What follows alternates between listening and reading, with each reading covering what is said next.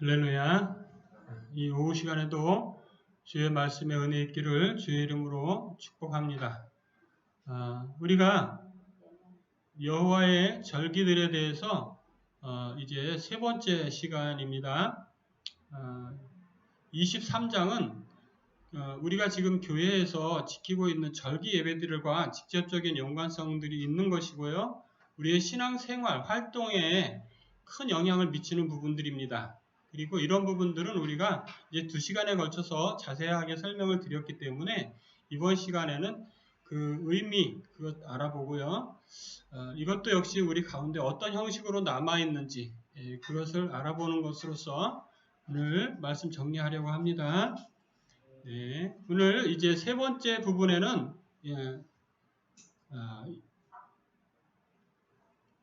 23절부터 25절까지 나오는 내용은요, 나팔을 불어서 기념할 날에 대해서 적고 있습니다.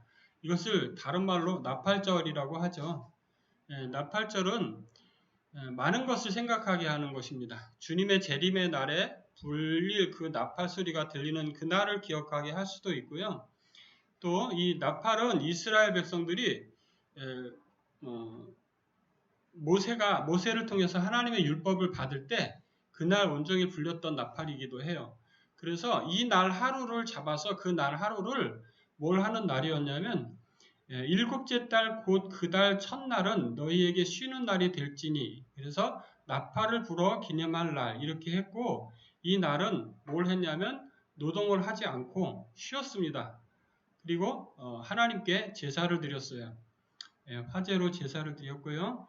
그것을 기념하는 것이고, 이것이 지금 우리들에게는 어떤 식으로 이제 남아있고, 그리고 어떤 형태로 우리가 이것을 지키고 있는 것이냐, 다시 오실 주님의 재림을 기다리면서 거룩하게 기념하는 한 날들, 그것들을 우리 신앙 속에 숨겨져 있죠. 주님이 다시 오실 날에 바로 이 나팔절에 오신다는 사람들도 많이 있습니다. 그것이 나팔절에 대한 이야기고요. 그리고 27절 말씀에 보면 일곱째 달 열흔날 이렇게 되어 있고요.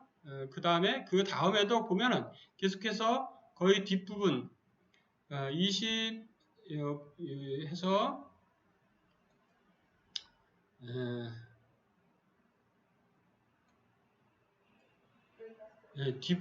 여기 뒷부분에까지 거의 뒷부분은 뭘로 되어 있냐면 초막절로 되어 있어요.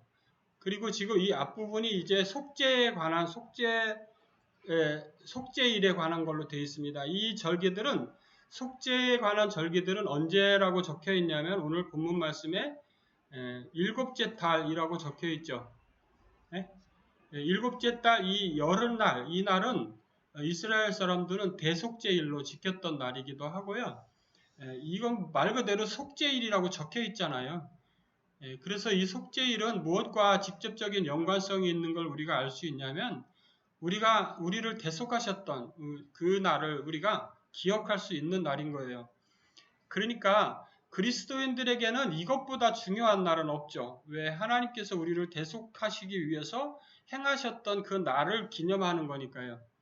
그러니까 의미적으로 우리에게 이것보다 더 중요한 날은 별로 없어요. 속죄일, 이것이 바로 대속죄일은 1년마다 대제사장이 들어가서 제사를 지냈다라는 것에 라면, 지금 우리들에게는 이것은 이미 완결된 어떤 형태로 남아있죠. 그래서 이것은 예수 그리스도가 우리를 대신해서 제물이 되셨고 대속 제물이 되셔서 완벽하게 성취한 사건인 것이에요.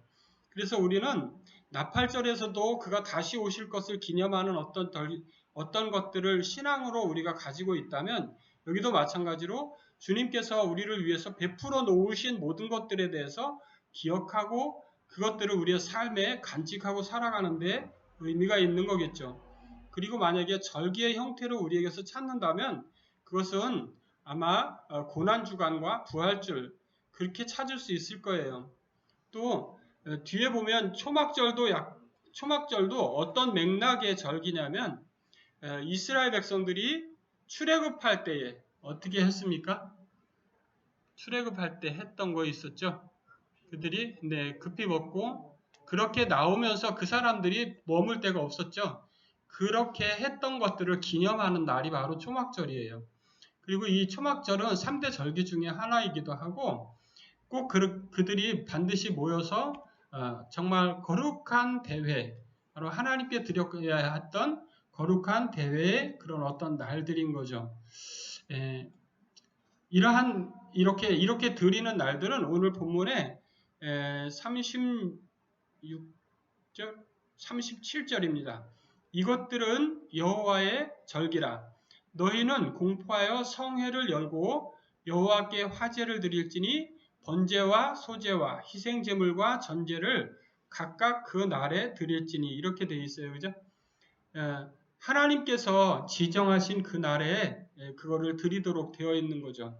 그러니까 우리 기독교, 우리가 믿는 그런 우리들의 그런 삶 가운데는 여기에는 보면은 날짜가 여러 개 있잖아요. 일곱째 달 열흔날, 일곱째 달 열다섯날, 아흐렛 날부터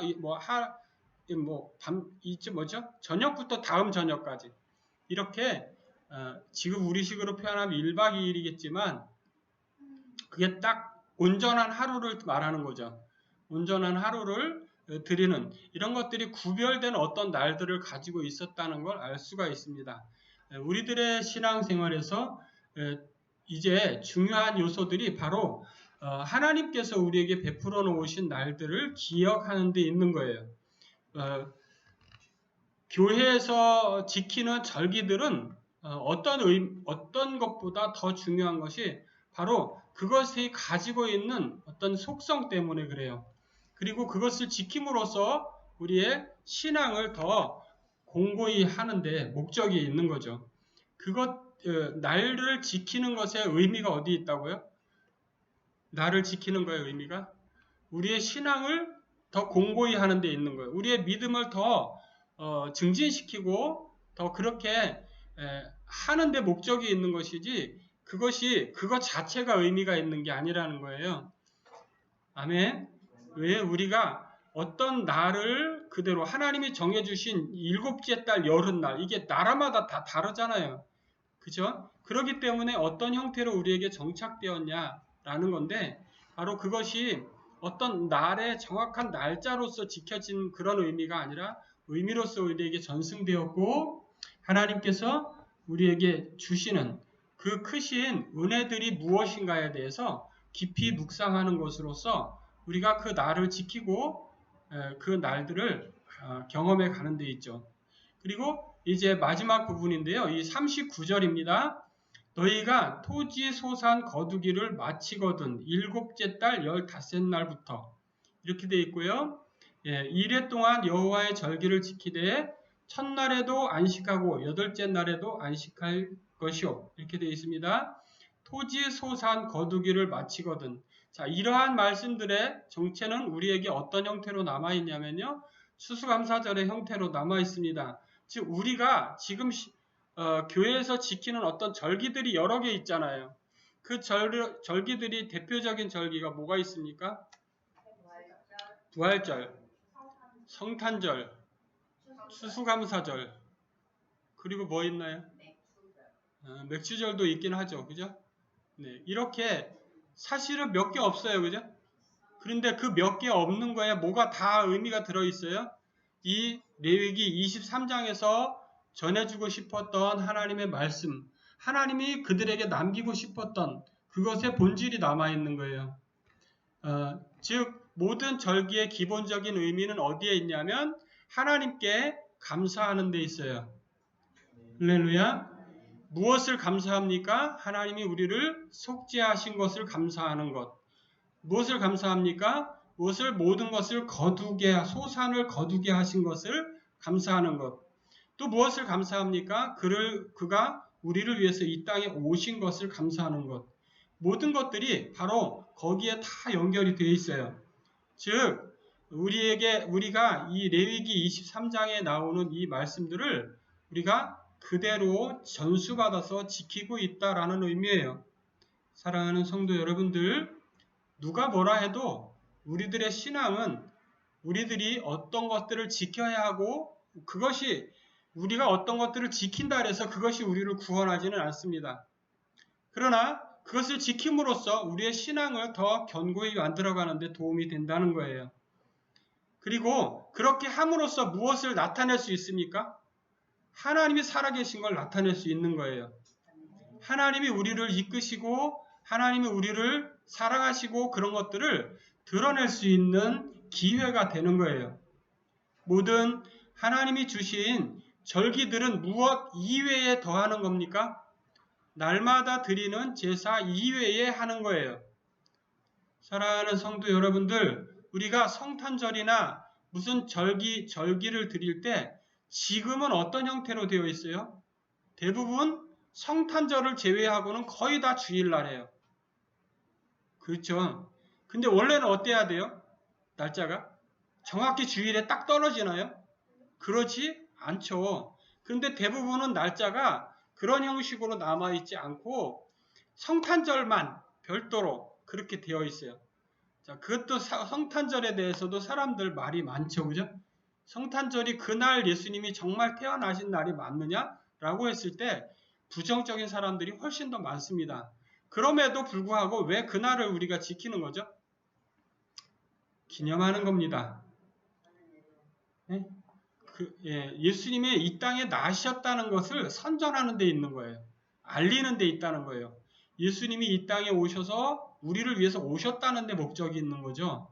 그런 절기의 중요한 의미들을 우리가 잘 우리들의 후배들의 시대에 전승할 의무가 있는 줄을 믿습니다. 그래서 이것들이 누가 이 일을 했느냐, 그게 중요한 거예요. 누가 이걸 부탁을 했느냐라고 했을 때 43절은 이렇게 말하고 있습니다. 나는 너희의 하나님 여호와이니라, 이렇게 말하고 있습니다. 우리가 교회에서 행하는 그런 절기들을 지키는 가장 중요한 이유가 바로 여기 있는 거예요. 이걸 누가 부탁했다고요? 하나님 여호와가 부탁한 거라고요. 우리가 절기를 지키는 것은 그것이 하나님이 우리에게 부탁하셨기 때문에 지키는 거예요. 그러면 그 지키는 사람들은 뭘 들어주는 거예요?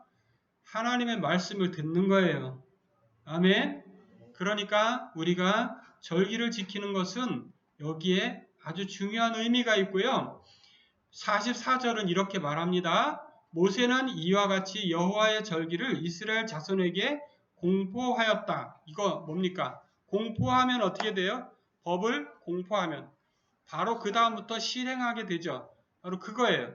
즉 이 공포라는 단어는 무엇을 우리에게 알려주고 있느냐 하면 반드시 지켜야 하는 법이 제정되었다라는 의미죠. 그러므로 절기는 우리가 꼭 지켜야 하는 거예요. 그럼으로써 무엇을 나타낸다? 하나님을 더 선전하고 드러내고 하나님이 이 땅에 베풀어 주신 모든 것들을 드러내는 자리에 동참하는 거예요. 그것이 바로 우리의 신앙, 우리의 믿음을 나타내는 것이고 믿음은 바로 하나님을 기쁘시게 하는 일이 되는 거죠. 여러분, 우리가 정말 우리의 신앙은 별거 아닌 것 같아요. 그러나 그 밑바닥에는 정말 하나님의 말씀이 거기에 숨어 있어요. 하나님의 말씀하신 것들을 지키는 것이 우리의 교회의 활동이 되는 줄을 믿어요.